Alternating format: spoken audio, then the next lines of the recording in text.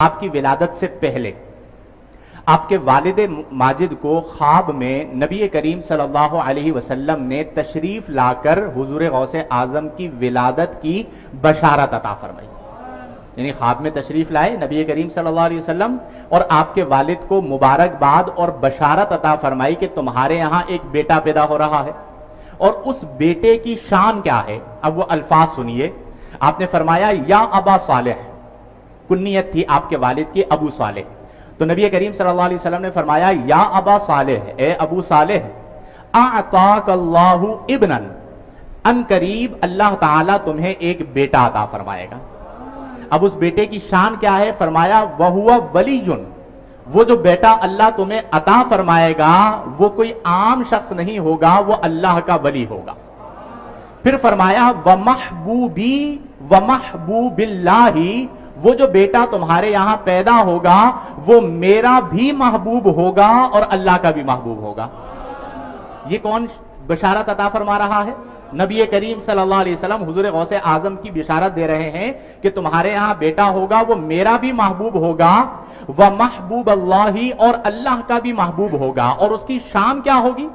اب جن کی شان کو نبی کریم صلی اللہ علیہ وسلم بیان فرمائیں تو فرمایا وَسَيَكُونُ لَهُ شَانٌ فِي الْأَوْلِيَاءِ وَالْأَقْطَابِ كَشَأْنِ بَيْنَ الْأَنْبِيَاءِ وَالرُّسُلِ، تو اس تمہارے بیٹے کی ان قریب اولیاء میں اقطاب میں ایسی ہی شان ہوگی جیسی شان اللہ نے انبیاء اور رسل میں مجھے عطا فرمائی ہے.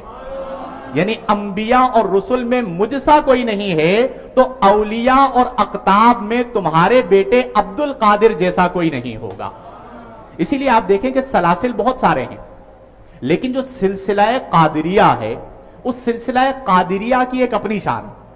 اس کی وجہ کیا ہے کہ جتنے بھی سلاسل ہیں، چاہے وہ سلسلہ نقش بند ہو، چاہے وہ سلسلہ سہرورد ہو، چاہے وہ سلسلہ چشت ہو، چاہے وہ سلسلہ رفاعیہ ہو، کوئی بھی سلسلہ ہو، ہر سلسلے کے جو شیخ ہیں وہ فیض پا رہے ہیں حضور غوث اعظم سے.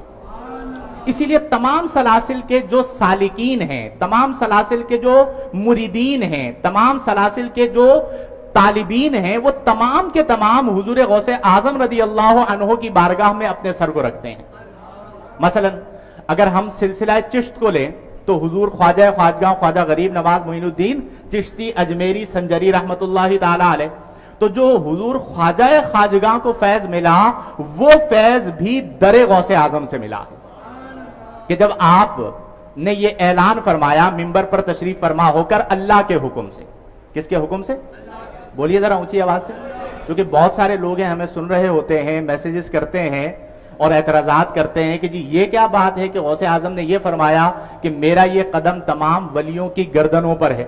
تو ہم انہیں کہتے ہیں کہ یہ بات ہے کہ انہوں نے اپنی مرضی سے نہیں کہا، انہیں اللہ نے یہ شان عطا فرمائی اور ان کے قلب پر الہام فرمایا کہ چونکہ ہم نے آپ کو یہ شان عطا فرما دی ہے اور اب ولایت آپ کے در سے بٹنی ہے تو آپ منبر پر بیٹھ کر یہ ارشاد فرما دیجئے.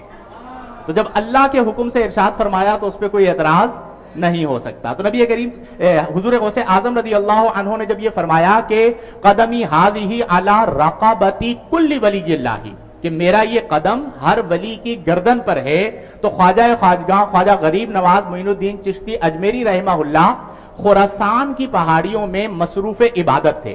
تو آپ نے بطریق روحانیت اس قول کو سنا تو آپ نے آپ کی روحانیت کو جانتے ہوئے، مقام کو جانتے ہوئے اپنی گردن کو جھکا دیا اور فرمایا حضور آپ یہ فرماتے ہیں کہ میرا یہ قدم اولیاء کی گردنوں پر ہے، میں یہ عرض کرتا ہوں کہ بل قدماک علی رأسی وعینایا، آپ کے دونوں قدم میرے سر پر اور میری دونوں آنکھوں پر ہیں.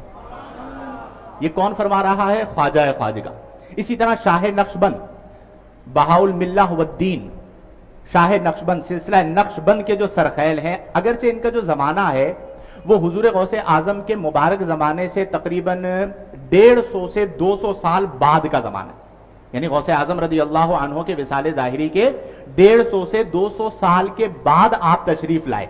لیکن آپ کے روحانی فیض کا عالم یہ ہے کہ آپ حضور غوث اعظم رضی اللہ عنہ کی طرف، بغداد کی طرف رخ کر کے بیٹھا کرتے تھے اور آپ کہتے تھے کہ مجھے جو میرا روحانی حصہ ہے وہ بغداد سے حضور غوث اعظم عطا فرماتے ہیں۔ سلسلہ سہرورد کو لے لیجئے، شیخ شہاب الدین سہروردی رحمہ اللہ، وہ نبی حضور غوث اعظم رضی اللہ عنہ کی بارگاہ میں ان کے جو چچا تھے وہ آپ کو لے کر آتے تھے، چھوٹی سی عمر تھی۔ تو ایک بار ایسا ہوا کہ شیخ شہاب الدین سہروردی رحمہ اللہ کو آپ کے چچا لے کر حضور غوث اعظم کی بارگاہ میں حاضر ہوئے اور عرض کی کہ یہ میرا بھتیجا ہے، یہ علم کلام سے، منطق سے، فلسفے سے بڑا شغف رکھتا ہے۔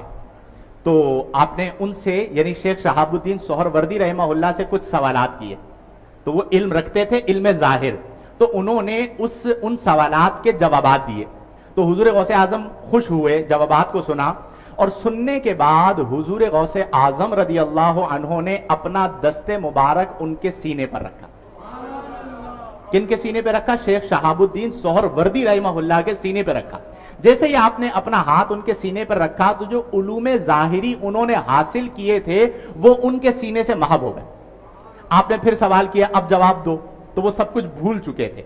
اس کے بعد پھر آپ نے اپنا دست مبارک دوبارہ شیخ شہاب الدین سہروردی رحمہ اللہ کے سینے پہ رکھا تو علوم ظاہری اور علوم باطنی کے جو اسرار تھے وہ حضور غوث اعظم کی برکت سے اللہ تعالیٰ نے شیخ شہاب الدین سہروردی کے سینے میں منتقل فرما دیے۔ اب آپ اندازہ لگائیے کہ سلاسل کو جو فیض مل رہا ہے وہ در غوث اعظم رضی اللہ تعالی عنہ سے مل رہا ہے۔ اسی طرح سلسلہ رفاعیہ، ہمارے شیخ احمد کبیر رفاعی رضی اللہ تعالی عنہ، آپ سفر میں تھے۔ جب سفر میں تھے تو حضور غوث اعظم نے یہ جملہ فرمایا کہ قدمی ہادی علی رقبتی کل ولی اللہ، تو آپ اپنے خیمے میں موجود تھے اور آپ نے اپنی گردن کو جھکا دیا۔ جو لوگ موجود تھے انہوں نے سوال کیا تو آپ نے فرمایا بغداد میں حضور غوث اعظم رضی اللہ عنہ نے اعلان فرمایا ہے کہ میرا یہ قدم ہر ولی کی گردن پر ہے، تو پوری روئے زمین پر جتنے بھی اولیاء ہیں ان سب نے اپنی گردنوں کو حضور غوث اعظم کے قدموں میں رکھ دیا ہے۔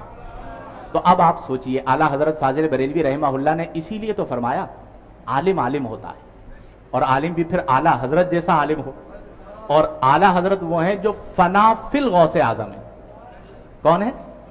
ہمارے ہاں بہت سے لوگ کہتے ہیں فنا فی الشیخ، ان کو بٹھا کے پوچھا جائے نا کہ بتاؤ ذرا معنی ہے فنا کیا ہوتا ہے، تو فنا کا معنی بھی نہیں پتا ہوتا، بقا تو دور کی بات ہے۔ ٹھیک ہے، فنا فی الشیخ، فنا فی، اگر فنا دیکھنی ہے حضور غوث اعظم میں تو فنا فی الغوث ہیں حضور سیدنا اعلیٰ حضرت فاضل بریلوی رحمہ اللہ۔